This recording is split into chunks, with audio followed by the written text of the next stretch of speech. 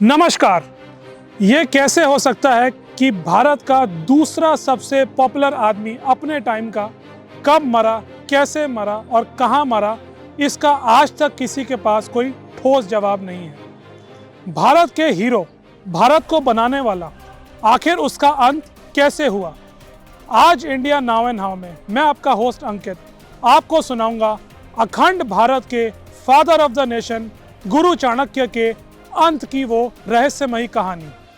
चाणक्य, जिनको कौटिल्य और कुछ जगहों पे विष्णुगुप्ता भी कहते थे, आज के पाकिस्तान के तक्षशिला या तक्षशिला में 375 बीसी में पैदा हुए थे। हालांकि इस बात पर भी पूरी सहमति नहीं है। वो गरीब परिवार से थे, लेकिन आगे चल के इकोनॉमिक्स, फिलॉसफी और पॉलिटिकल स्ट्रैटेजी में उन्होंने महारत हासिल करी और वर्ल्ड फेमस तक्षशिला यूनिवर्सिटी में एक प्रोफेसर भी बने। उनके जीवन का टर्निंग पॉइंट हम सब जानते हैं कि कैसे वो नंदा साम्राज्य के राजा धनानंदा से मिले और कैसे धनानंदा ने उनकी शक्ल सूरत और गरीबी का मजाक उड़ाया, और फिर कैसे उन्होंने चंद्रगुप्त मौर्य को तैयार करके एक महान भारत की स्थापना करी। यहाँ तक तो सब ठीक था, पर अब वो देश और आसपास की दुनिया में चंद्रगुप्त के बाद दूसरे सबसे बड़े पॉपुलर इंसान बन गए थे। उन्हें हर कोई जानता था, पहचानता था। तो ऐसा फिर क्या हुआ कि ऐसे इंसान के अंत को लेकर इतना विवाद है?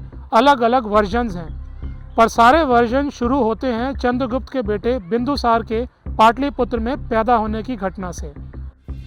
बिंदुसार के जन्म की बात अजीब है, लेकिन ये सब मानते हैं कि चंद्रगुप्त मौर्य को हर रोज चाणक्य थोड़ा थोड़ा जहर उनके खाने में मिलाकर दिया करते थे।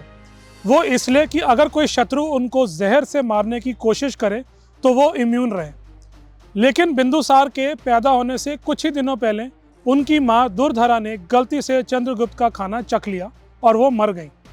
मरते मरते भी चाणक्य ने उनका पेट काटकर नन्हे बिंदुसार को बचा लिया। बिंदुसार के सम्राट बनते ही मौका देखकर उनके एक अहम मंत्री सुबंधु ने उनको उनके जन्म का राज बताया। ये इसलिए क्योंकि उनको चाणक्य से जलन थी और वो चाहते थे किसी तरह से चाणक्य उनके रास्ते से हट जाए। बिंदुसार को वो जहर वाला सच जानकर बहुत गुस्सा आया।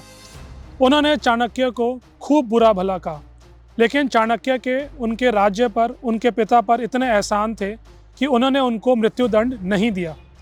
पर चाणक्य समझ गए और उन्होंने उसी वक्त मौर्य दरबार छोड़ने का निर्णय कर लिया था। अब यहाँ से विवाद और मतभेद शुरू हुए। समय था 283 बीसी का। इतिहासकारों का एक हिस्सा कहता है कि इसके बाद वो दुखी मन से सब छोड़कर जंगल में तप करने के लिए चले गए। वहाँ कुछ समय में ही उनकी मृत्यु हो गई। मेजॉरिटी इतिहासकार लेकिन बाकी और दो वर्जन्स को मानते हैं। स्टार्टिंग उन दोनों वर्जन्स की एक ही है कि कौटिल्य ने सबसे पहले अपनी सारी धनपत्ति गरीबों और विधवाओं में बांट दी। पीछे से बिंदुसार ने और पूछताछ करी, जहां उनको अपनी गलती पता चली कि चाणक्य तो उनके पिता को सिक्योर करने के लिए उन्हें जहर देते थे। वो फिर गए अपने गुरु से माफ़ी मांगने। इस बात से दोनों में से एक गुट मानता है कि चाणक्य ने उन्हें माफ़ कर दिया, पर वो रुकने के लिए नहीं माने। उन्होंने खाना पीना छोड़ दिया और थोड़े ही दिनों में वो चल बसे। दूसरा गुट लेकिन ये कहता है कि उन्होंने ऐसा नहीं किया, बल्कि वो बस अपने घर पे रहे और दरबार वापस नहीं आए। सुबंधु ने बिंदुसार की सज़ा से बचने के लिए चाणक्य को मनाने का वादा कर लिया, लेकिन सुबंधु के मन में बसी नफरत उतनी ही थी। उसने चाणक्य के घर के चारों तरफ उपलों का ढेर देखा और चालाकी से एक लकड़ी से उसमें आग लगा दी। उपलों से आग एकदम से पूरे घर में फैल गई और चाणक्य की वहीं आग में जलकर मौत हो गई। एक छोटे तबके को तो ये भी लगता है कि उनकी उम्र क्योंकि 80-85 वर्ष हो गई थी, तो उन्होंने खुद ही रिटायरमेंट ले ली और एक तपस्वी की तरह वो जंगल में तप करने चले गए।